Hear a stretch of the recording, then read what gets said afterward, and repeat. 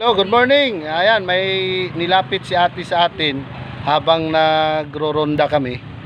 Siyempre, andyan si ate. Assalamualaikum. Ano yung gusto mo, nasabihin? Tubig. Tubig dapat ironda nila. Dili bitaw oy kanang wa jud mi tubig dire. Bisan gabi na wala. Sa una na aman okay ra to pero karon wala. So karon mag-wish mig permi na lang unta brown out para na mi tubig.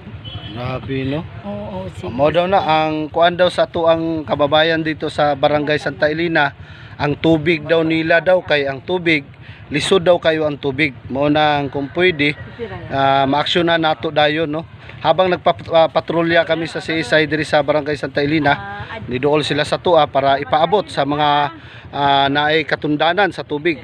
Sir, sa inyo diha kung kinsa manggali. Tabangan na to kay ang gusto daw nila magrunda ang tubig para supply sa ila. Salamat. Nandyan sad si ate gustong magkuan sa CSI, no? Nagsumbong sad sa tua. Unsay kuan nimo tig?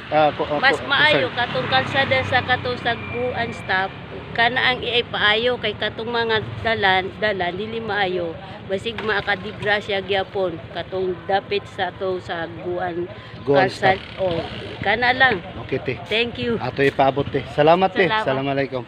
Okay, yan ang mga gustong ipaabot sa ating mga kababayan, no, sa mga may katungkulan sino na namumuno diyan sa mga ano natin. Siyempre concern lang nila yan.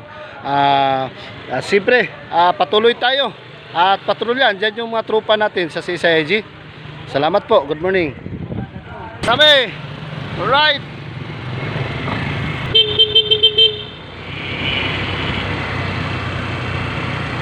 Terminal na to.